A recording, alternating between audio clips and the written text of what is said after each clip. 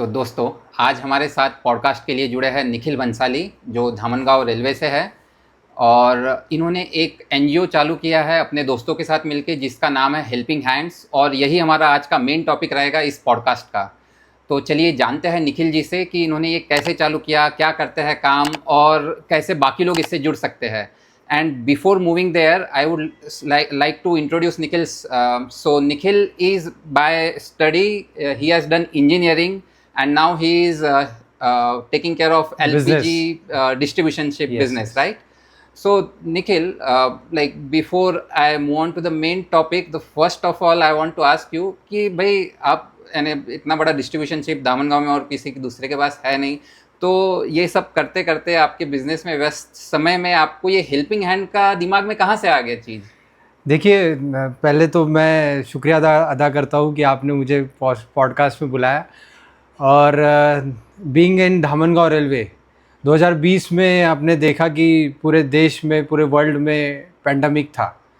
तो 2020 में मेरे काफ़ी सारे दोस्त जो अलग अलग सिटीज़ में काम करते हैं, जैसे पूना, मुंबई हो गया, और फॉरेन में भी काम करते हैं, तो वो अभी पेंडेमिक की वजह से यहाँ पर आए हुए थे। तो हम लोग फर्स्ट वेव तो हमको पता ही नहीं था कि उसका इम्पैक्ट कितना होगा। लेकिन जब टाइम गया तो देखने में आया कि काफ़ी लोगों को मैंने प्रॉब्लम्स हो रही है। और वो तो दिसंबर के आसपास हम लोग जब दोस्त लोग मिले कि यार अपन तो ये कोविड में हमको कुछ कोरोना तो हुआ नहीं, लेकिन कितने लोगों को तकलीफ़ें हुई। तो हम लोग अगर वी आर लिविंग तो अपना लिविंग का कुछ तो मीनिंग होना चाहिए। तो हम सब दोस्तों ने सोचा कि why should not we start something, कि अपना कंट्रीब्यूशन सोसाइटी को दे।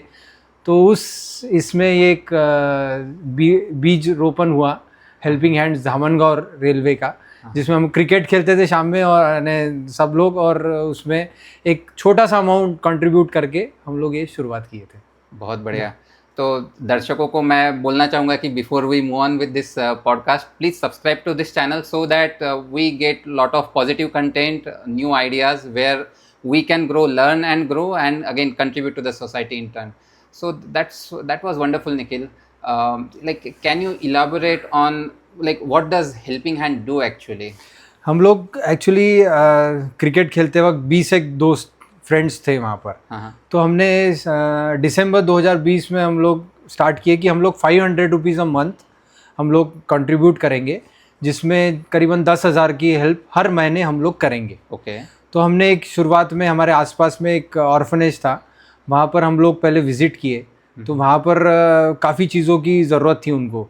तो वहाँ पे यूटेंसिल्स वगैरह, जैसे बर्तन वगैरह होते हैं, और बहुत सारी चीज़ें। वहाँ पे 30-40 लोग थे जिनको तकलीफ़ थी। तो हम लोगों ने गैस कनेक्शन, उसके बाद बाकी चीज़ें, ऐसी एक शुरुआत करी। तो उससे हम लोग सोशल मीडिया के थ्रू सब दोस्तों को बताते, तो उससे हमारे काफ़ी लोग उसमें ऐड हुए। तो फिर हमने हर महीने अलग अलग प्रोजेक्ट्स ढूंढने चाहिए कि हम कहाँ पर हम लोग हेल्प कर सकते हैं। तो फिर उस शुरुआत में हम लोग को नए नए चैलेंजेस आते गए, जैसे कुछ पेशेंट्स के बारे में, कोई एक्सीडेंट केसेस। तो ऐसा हम लोग का शुरुआत हुई। और किराना किट हमारा एक बहुत बड़ा ये था प्रोग्राम, जिसमें हम लोग ने, जैसे कोविड के टाइम पे सब लोगों के काम बंद हो गए थे, उनका इनकम बंद हो गया था। तो हम लोग को लगा कि अभी इस दौर में ज़रूरत की जो चीज़ें हैं, तो वो किराना किट के थ्रू हम लोग, वैसे सरकार तो दे रही थी लेकिन फिर भी कुछ चीज़ें नहीं मिलती है। तो हम लोग एक 1000 रुपीज़ की किट हमने करीबन 50 से 60 किट उस टाइम पे हम लोग ने कंट्रीब्यूट कराया। मतलब सब लोगों ने मिलके वो हमने काम किया था। ओके। तो बेसिकली हेल्पिंग हैंड्स ज़रूरतमंदों को मदद, जो भी उस वक्त जो उनकी ज़रूरत है वो आप उनका पूरा करते हैं। बराबर।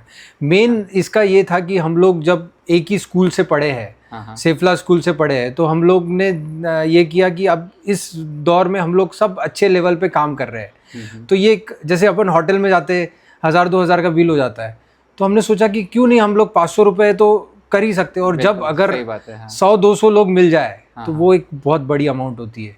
अगर और जिस जो नीडी है उसकी ज़रूरत बहुत छोटी रहती है।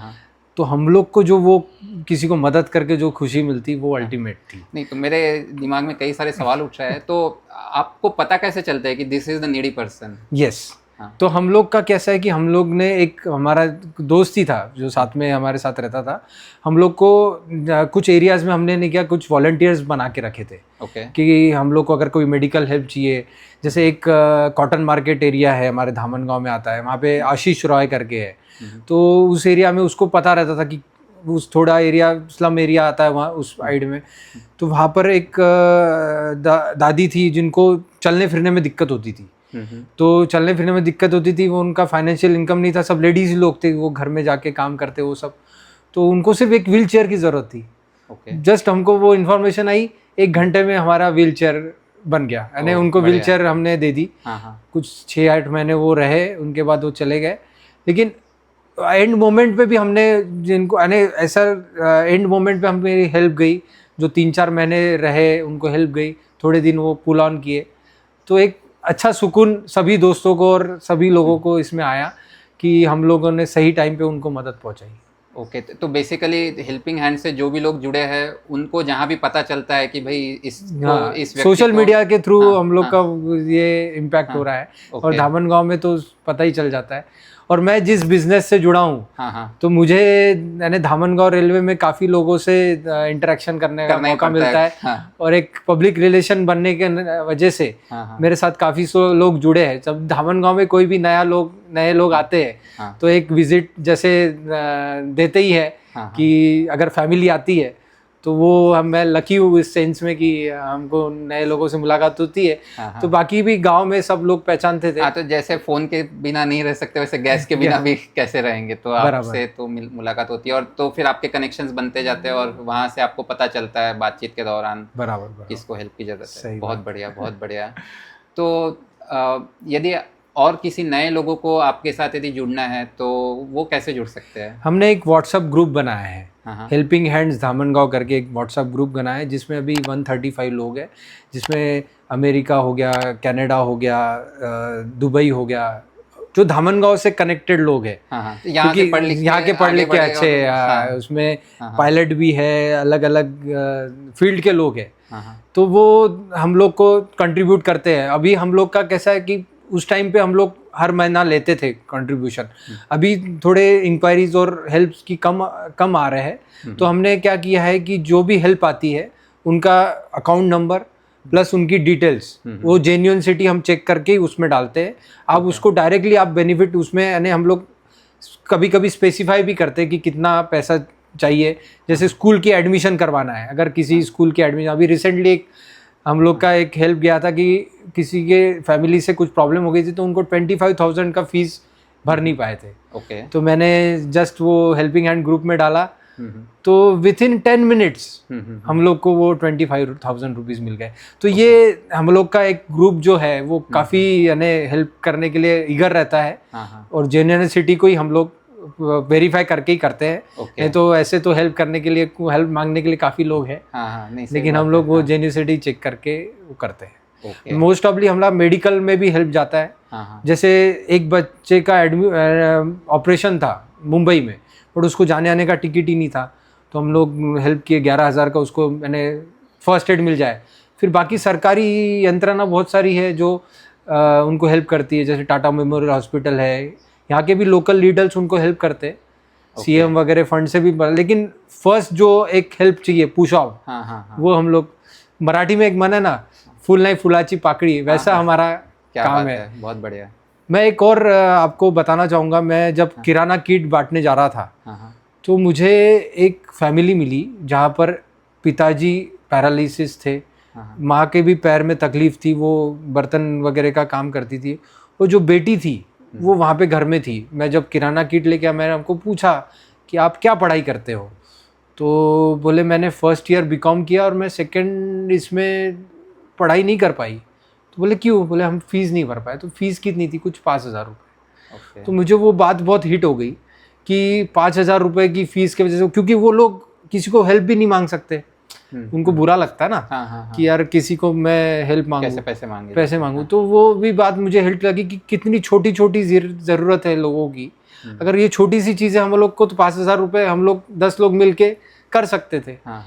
तो ये चीज़ पता चलती है कि आजू बाजू में बहुत सारी, हम मेरे दोस्त ने एक पीएम केयर फंड में 1 लाख रुपीस ट्रांसफ़र किया था ओके। उस टाइम पे। हाँ हाँ तो मैंने बोला यार उसका यूज़ कैसे होता है आपको पता है क्या? तो बोले नहीं अब। हाँ। तो मैंने बोला कि हम लोग ऐसा हेल्पिंग हैंड ग्रुप चलाते हैं जिसमें हम लोग डायरेक्ट बेनिफिशियरी को हेल्प पहुंचाते हैं। तो उसने हमको 10-15,000 रुपीज़ हमको डोनेट किया था। ओके। तो वो हम लोग का एक ये है कि डायरेक्ट बेनिफिशियरी को हेल्प पहुंचाना। हाँ हाँ, तो उससे काफ़ी लोग हमारे साथ जुड़े थे। बहुत बढ़िया, आप बहुत बढ़िया काम कर रहे हैं। तो आपका अभी फ्यूचर में क्या प्लान है हेल्पिंग हैंड्स को लेके? आप किस तरह से, जैसे मैं समझ रहा हूँ कि आप शायद धामनगांव तालुका पे ही काम कर रहे हैं। हमारा मोस्टली फोकस अभी जैसे हमारा तालुका ही करीबन 1.5-2 लाख पॉपुलेशन का है। हाँ हाँ तो इतना बड़ा नहीं, मुझे ऐसा लगता है कि ऐसे ऐसे छोटे छोटे तालुका में ऐसे ग्रुप्स बने हाँ हाँ। जो अपने अपने एरियाज़ में आप हेल्प करें। तो जैसे मैं बाहर पढ़ के आया, पूना में पढ़ाई करके यहाँ पर धामनगांव में आया, तो मुझे लगता है कि अपने गांव में ये मदद पहुँची जाए। और जब आप एकजुट होते हैं कोई भी काम में तो उसकी ताकत अलग ही होती है। हाँ, सही बात। तो ये एक छोटा सा भी हम लोगों ने क्रिकेट खेलते हुए निकाला था, जो आज यानी अभी करीबन हमने 6 से 7 लाख रुपए की मदद पहुंचाई। काफ़ी लोग जिनके नाम मैं क्या बोलूँ कि वो बोलते कि हमारा नाम नहीं आना चाहिए, बट आपकी मदद पहुंचाना चाहिए। कोई किडनी पेशेंट को हमने मदद पहुंचाई, एक्सीडेंट पेशेंट को हमने मदद पहुंचाई। एक हमारे रेफरेंस से यवतमाल में एक डेंगू का पेशेंट आया था। तो मैंने मेरे रिलेटिव को वहाँ पहुँचाया कि आप प्लीज़ उनके लिए 11,000 रुपये लेके जाइए, मैं आपको ऑनलाइन करता हूँ। तो वो रिलेटिव वहाँ पे जाने के बाद मुझे बोलते हैं कि निखिल यार आपने तो बहुत जेन्युइन जगह पे मेरे को भेजा, और उन्होंने अपने सोशल ग्रुप से और 10-15 हज़ार रुपये की मदद उसको पहुँचाई ताकि उसको उसके और 8 दिन में उसकी तबीयत ठीक हो गई। डेंगू पे सीरियस 11 साल का बच्चा था वो। तो ऐसे बहुत सारे, और मेरे को एक याद है कि एक कोई वाघोली जगह है वहाँ पर, एक उसका कुछ बॉल का ऑपरेशन था, उसकी इंक्वायरी आई थी। उस टाइम पे उसको पैसे की ज़रूरत थी। हम लोग का हेल्पिंग हैंड ग्रुप गए थे, हमारा एक फ्रेंड था आलोक पोड़ करके, वो एक्सपायर हो गया। अब वो उस टाइम पे बहुत इम्पैक्टफुल काम होता था, तो हम लोग साथ में गए थे। तो उसका 11,000 का हमने हेल्प किया था। उसका ऑपरेशन होने के बाद उसका मुझे फ़ोन आया की दादा म्हणे माझा ऑपरेशन सक्सेसफुल झाला म्हणे, तुमच्यामुळे सर्वांचं धन्यवाद। तो वो एक अलग सुकून मिलता है कि अगर किसी को पुश कर दिया, कुछ मदद हो गई। नहीं सही बात है। और वो सुकून मुझे नहीं लगता कि आप कोई अच्छा मूवी देख के वो सुकून आपको मिल जाए, या फिर अच्छे जगह घूमने जाके किसी का मदद करने का जो ये है वो तो है ही है। नहीं, और आपने बातों बातों में एक बहुत इंटरेस्टिंग बात कही कि ऐसे हेल्पिंग हैंड जैसे ये जो एनजीओ है, ऐसा हर डिस्ट्रिक्ट लेवल पे या तालुका लेवल पे अपना छोटे छोटे गांव में भी चालू हो सकता है। जैसे 1000 लोगों की पॉपुलेशन है, वहाँ के भी कुछ बच्चे अगर सोचे तो एक जैसे ग्राम पंचायत लेवल पर भी हो सकता है। ताकि देखो, अगर एम्बुलेंस की जरूरत है, 2,000 रुपये चाहिए, उसके पास नहीं है, बस उसकी जान बचाना बहुत इम्पोर्टेंट है। 2,000 रुपये में आप 10 लोगों से मिल लिए, 200 रुपये जमा हो गए। सही बात। ठीक है ना, मतलब वो एक अवेयरनेस। नहीं तो लोग सोचते रह जाते 2,000 रुपये कहाँ से लाएंगे। 2,000 रुपये के लिए जान चले जाना चाहिए ना। नहीं, आप एकदम सही बात बोल रहे हो। और जैसे धामनगांव हमारा फॉर्चुनेट है कि आप यहाँ पे रहते हैं, लेकिन आई एम श्योर कि ये वीडियो देख के और भी ज़्यादा लोग प्रेरित होंगे। और जिस तरह से आपने एकदम सिंप्लीफाई करके चीज़ों को बताया कि it's not a big thing कि आपको बहुत कुछ अलग नया करना पड़ेगा। अब छोटी छोटी बातें हैं, आप थोड़ा इकट्ठा हो जाइए, कुछ दोस्तों को साथ में ले लीजिए, and you can make a big difference. जी सही बात है। मैं वर्धा का एक किस्सा आपको साथ में सुनाना चाहता हूँ। सपनों की उड़ान करके एक कंसेप्ट है। रोटरी क्लब करके हमारे फ्रेंड है, इब्राहिम जी आदम जी करके है, वो 6 से 7 साल से उनका चलता है। वो 250 बच्चे का एग्ज़ाम होता है वहाँ पर। उस एग्ज़ाम का होने के बाद कुछ करीबन 20 बच्चों का सिलेक्शन होता है जो पुअर फैमिली से है। उनको 4 से 5 दिन एरोप्लेन से ले जाना लाना वो रोटरी क्लब के थ्रू करते हैं वर्धा में। अच्छा। तो वो उनका ऐसे ही दोस्तों के साथ मिलके उन्होंने वो मैं अभी बीच में रिसेंटली गया था, तो उन्होंने बच्चों को श्रीलंका लेके गए थे। तो ये अगर ऐसी लाइक माइंडेड लोग अगर मिल जाए तो कमाल हो जाए। सही बात है। तो यही हेल्पिंग हैंड का है कि किसी को मदद पहुंचाए, उसकी जान बच जाए, तो एक फैमिली के यानी कोई मेन अगर उसकी जान बच जाए तो बहुत बड़ी बात है। रिसेंटली पहलगाम में बहुत अनफॉर्चुनेट इंसिडेंट हुआ जो नहीं होना चाहिए था, लेकिन कुछ भी किसी के साथ हो सकता है, कोई एक्सीडेंट हो जाए, क्या हो जाए, और एक्सीडेंट में तो आपको कितना पैसा लगेगा, बहुत सारा पैसा लगता है। तो वो एक सोशल कॉज के थ्रू अगर आप सबको मदद पहुंचाए तो हो जाता है। तो यही है हमारा, सब लोग मिलके एक में की मदद करें। बहुत बहुत बढ़िया। और आई थिंक आपका ये इनिशिएटिव और भी आगे बढ़े, ज़्यादा से ज़्यादा लोग आपसे जुड़े और जो ज़रूरतमंद है उनकी ज़रूरतें पूरी हो। That's very nice, a good thing that you are doing. तो आप कुछ मैसेज देना चाहेंगे हमारे व्यूअर्स को? मैं यही कहना चाहूँगा कि आप अगर ऐसे ही दोस्त लोग अगर कुछ करना चाहे तो आप अपने अपने एरियाज़ में भी कर सकते हैं, और जो धामनगांव से रिलेटेड लोग हैं वो हमसे जुड़ सकते हैं। हमारा व्हाट्सअप नंबर है 9890075082। हम लोग डायरेक्ट बेनिफिशियरी को मदद पहुंचाते हैं, आप उनके अकाउंट में डायरेक्ट हम लोग ट्रांसफ़र करवाने का। मैं ये नंबर आप डिस्क्रिप्शन में भी दे दूंगा इस वीडियो के। तो जो लोग भी धामनगांव या धामनगांव के आजू बाजू में रहते हैं, महाराष्ट्र में अमरावती डिस्ट्रिक्ट में आता है धामनगांव रेलवे। तो यदि इनसे जुड़ना चाहे तो आप उस नंबर पे कांटेक्ट कर सकते हैं। So Nikhil, thank you very much. I think I hope many more people get inspired by this and wish you all the best. Thank you for joining me today. Thank you so much.